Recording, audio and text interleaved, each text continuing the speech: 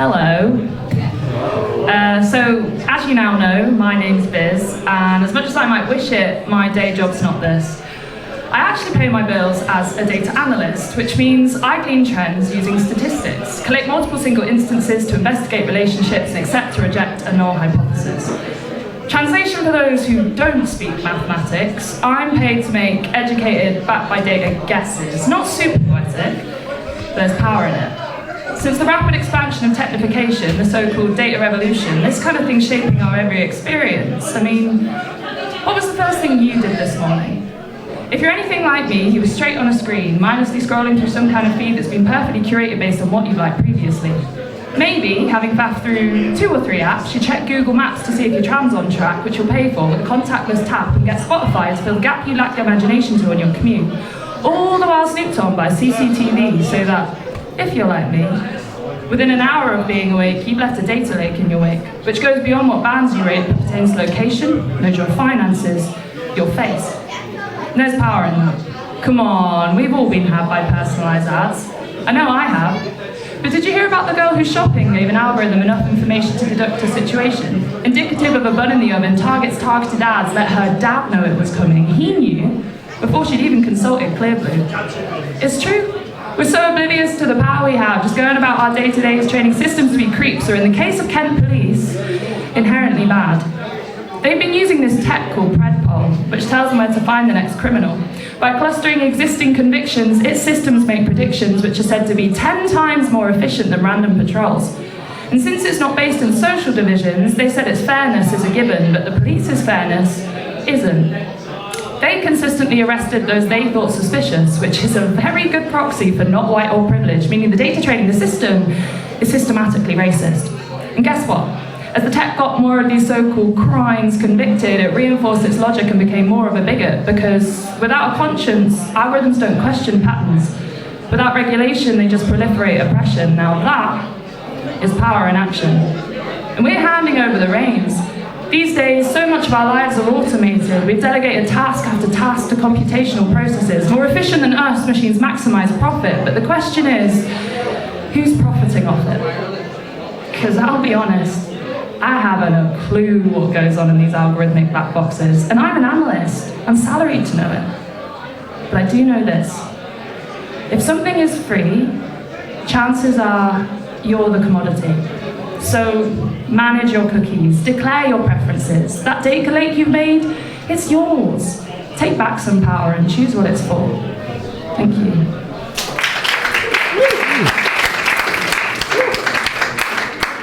So I do actually work in data, and it's about as exciting as it sounds. It's one of those things where, I was very good at maths at school. I was encouraged to keep doing the STEM subjects. I guess you could say that I am a product of Blair's labour. Born in the era of Britain deserves better, I was given a sure start and led to believe that you are what you achieve. Can't lie. I subscribe to the regime, worship at the altar of upward movement, venerate meritocracy. My God is the mathematical impossibility that we can all be number one. Under Cameron, I was efficient. A striver, not a skiver, I made it straight through school and on to higher education. Got a job at a well-known institution before I had even finished studying. Nearly burnt myself out with the juggling of earning whilst learning. Everyone's proud, applauding loud enough to drown out the sound of my soul screaming. See, I jumped through all the hoops into a job that's unfulfilling, and so consumed with my journey for betterment, I've no time for really living. I used to think I could be different, but more and more I find I'm just indifferent, with a paycheck to limit resistance, financial incentive in the face of friction. Every payday I renege on my recurrent dance and revert to devotee. Being faced with numeric evidence of all I have achieved is that perfect mix of carrot and stick. I am a cog in the machine. Aware of myself and how I am seen, Foucault's fucking wet dream. Measuring myself against someone else's mark scheme, chasing grass is greener, my life is a constant competitive comparison, a never-ending, ever-pretending existence where I perform my capitalist compliance, hand in glove with individualism, tenaciously totting up my top trumps of accomplishment, spurred on by the knowledge that if I stop, there'll be another person ready to take my place. Because we're cheap, us worker bees, easily replaced. Each so caught up in the race against ourselves that We haven't the time to acknowledge that we're lonely, that we don't eat, not properly, that we're shedding our humanity. But I'm yet to reach my ceiling of productivity, so I won't break my routine, no. Tonight I'll kneel beside my bed before my broken sleep to recite my 10 Hail Marys and kiss goodnight to childhood dreams.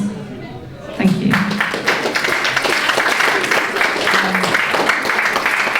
Okay, I promise they're not all really bleak and anti-capitalist. But I moved to Manchester for the job that I mentioned. Does anybody spend much time in the town centre? Yeah? Okay, I have a question to ask you. Do you think the pigeons in Islington look down on the ones from Piccadilly Gardens? Who, hardened by the concrete plots, scoff on sick and haven't got a full set of toes? Or am I pigeonholing the avian Islingtonians as obnoxious new Mancunians, tarring them all with the same brush, branding them homogeneously posh because they nest in the M4 postcode? Surely though, you've noticed that the pigeons are different?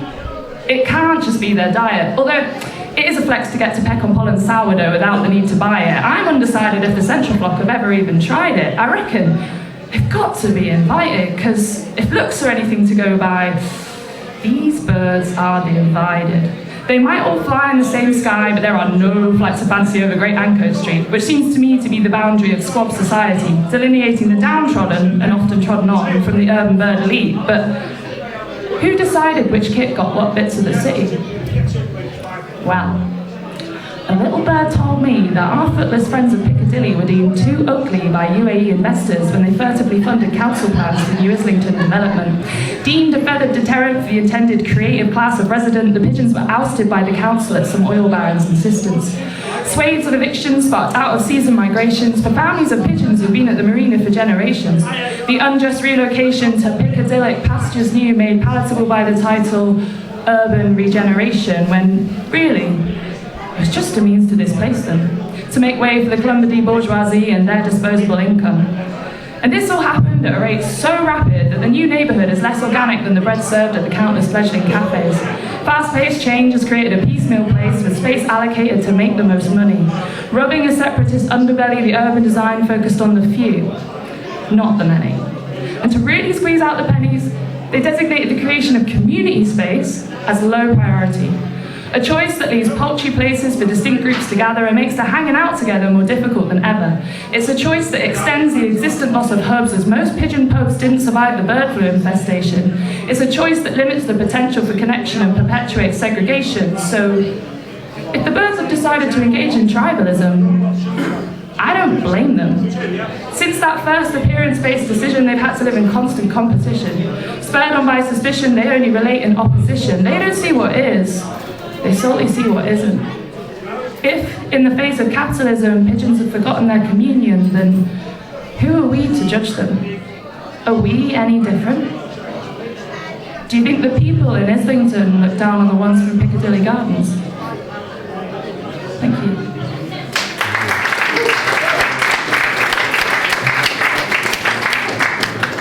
Yeah, so when I first moved to Manchester, I did a geography degree, which is hilarious because I have absolutely no sense of direction. So I used to go on these walks around Manchester, and that's where the pigeon poem comes from. So I was like, what the fuck? Why are they so different?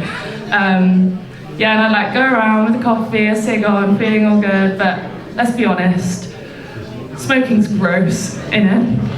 Financially, it's a definite deficit.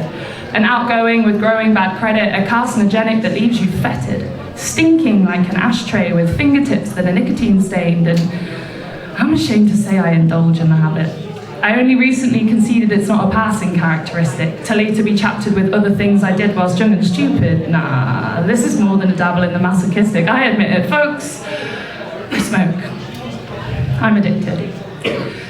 It's indefensible and unbelievable that it still feels kind of cool. Subversive. I swear it's ingrained in my psyche. See smoking, read creativity, an inclination for anarchy, hedonistic tendencies. But then again, it's hardly surprising considering we've been drip-fed this narrative since the early 60s, when the tobacco industry clocked post-war women kept their jobs and co-opted the gender role shift as an opportunity to double their market. Worked to change what we, the consumer, associate with the lethal product. Through aggressive and repetitive messages, they edited our collective memory to forget it leads to death, and instead, appealed to desire, conspired to build this idea that smoking means power. You all know the scene. Attractive woman takes drag from cigarette, turns head and says something assertive. Even miming it feels seductive, and it's completely constructive. Classic consumer capitalism, shift the socio-political condition with subliminal messaging, mould our minds to associate sex with dominance, sex, rebellion, speak to our individualism, sell us what we cannot have in a packet of silver Bentons, live the moral way and live in freedom. It's a Faustian bargain. Trade your lungs for rungs on an imagined ladder. My gullibility doesn't escape me. Don't kid a kidder. Smoking's not cool. It's not big. And it's not clever. But nicotine just hits different with cognitive dissonance, doesn't it? That mild discomfort in knowing that what you're doing has absolutely zero benefits. In fact, it's almost entirely negatives. The main incentive is symbolic status invented to make profit, but my cough's not yet productive enough to make me stop it. I find the ritual of rollies is almost meditative. Tuck in with a thumb and seal with a lick, then one slip. Reconnect with your breath for just a minute. Try to forget about the toxins in it. Take each toke with a turned blind eye and indulge in a wrapped backy gift of time to self amongst the hectic. Satiate your cravings, let your brain fog lift, and have a moment to be selectively reflective. Now I can tell by your faces who's also gaslighting themselves on a daily basis. I'll see you outside in a bit. We can meet with Mephistopheles and puff on our cancer sticks. Thank you.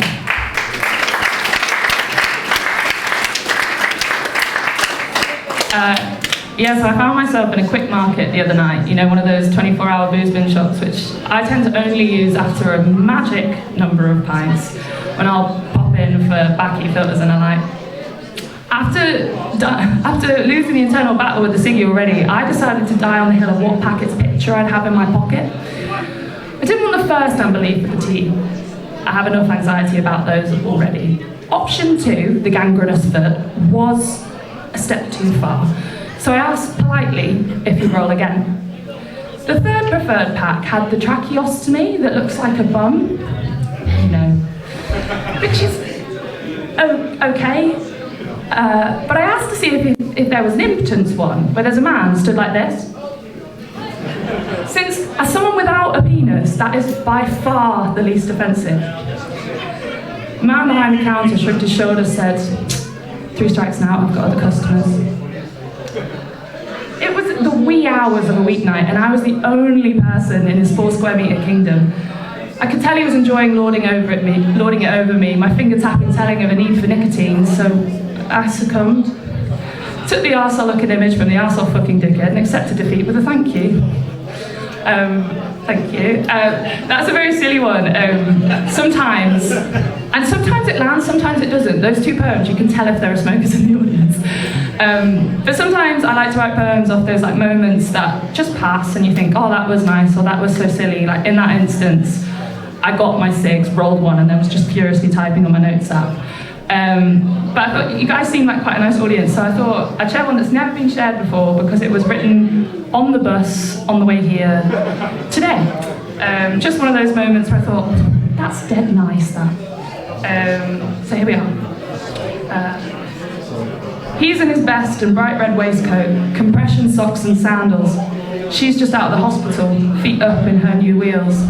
They're working this new normal out together, making use of their bus pass as the weather stays fair, getting out of the house and hanging out as they've always done. His pacemaker's being put through its paces, huffing and puffing to push her to places. Still, she takes the piss and makes little digs at his inability to manage sharp corners, quips that make them both laugh like they've always done, so that, despite it all, it's like nothing has changed. Thank you.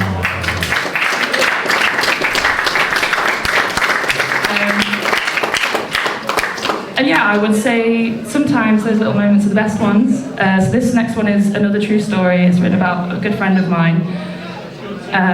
It's called The Perfect Pants. He's got them on, he's ready for stares, and his My Dick's Big package pronouncing flares. He's sashayed and shimmy, got all in a twist, but whatever you say, I tell you they fit. They're meant to be snug, that's the whole bloody point, so that girls will want to puff on his joint. They'll want to talk to the man in the trousers and will giggle at his bad jokes for hours, because these are his tight pants, his perfectly right pants is, oh, would you like to stay the night pants? They give him the confidence to get up and dance and talk to girls after only a glance. The worn down denim just gets him excited, and you can tell by his face he's simply delighted. Beer in hand with the girl he'll be banging, she can't stop staring at the way he's hanging. And once that's done, the following morning, he'll head back home, having not slept and yawning. He'll peel them off, it's a whole lot of bother, and hand them back to their owner, his mother.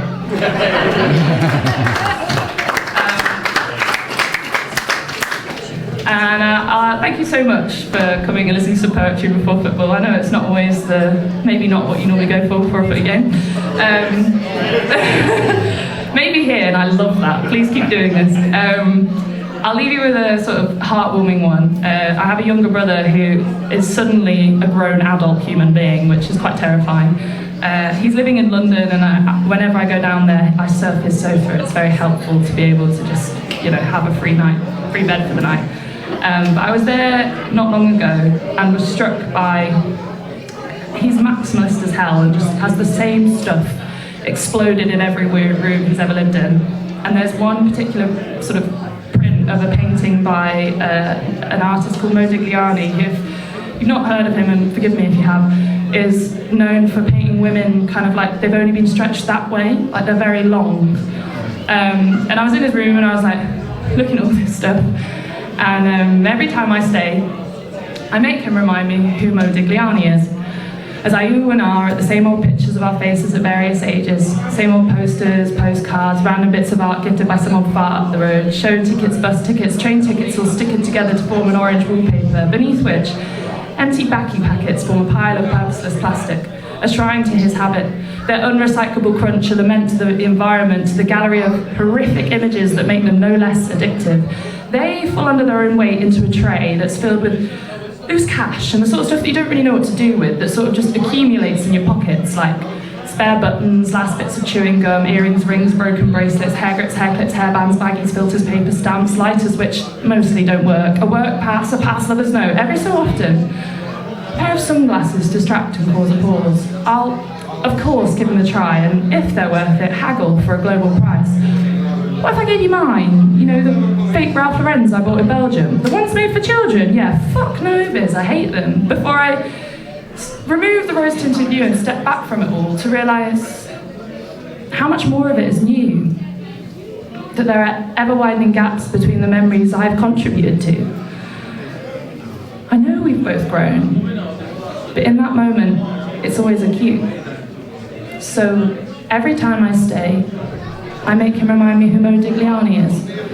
Pretend to forget so that some things won't change, and the long face can be left to the lady sellotape to his wall. Thank you very much. I've been Biz Bond.